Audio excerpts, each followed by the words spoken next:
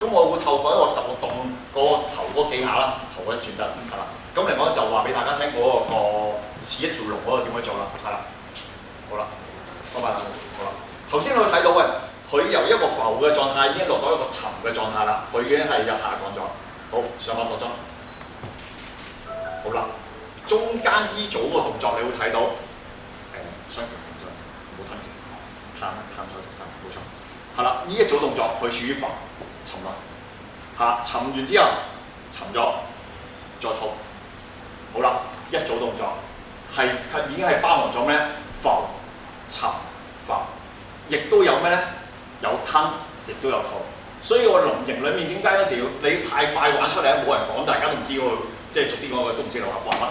但係我哋要透過啲嘅研討會啊各方面，我哋要仔細裏面講多幾秒鐘，咁大家了解到原來哪怕一個動作做一個去翻一個開埋把上，係啦，上翻動作唔使停，頭搭尾1秒都冇嘅，但係裡面包含咗咁多嘢。所以嚟講點解要學功夫要跟師傅咧？就係、是、學中間嘅嘢咯。係啦，所以有陣時你講齋睇片咧冇用嘅，隨便睇，因為點解學都會學錯嘅嘢，所以嚟講最緊要咧，即係跟啱個師傅啦，係啦。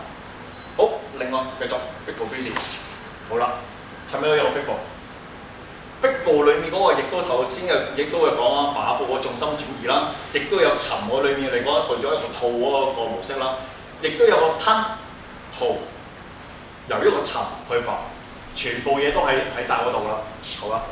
立手，嗱就去翻個沉啦，壁步打上，送多一下俾佢，轉身啦，好啦。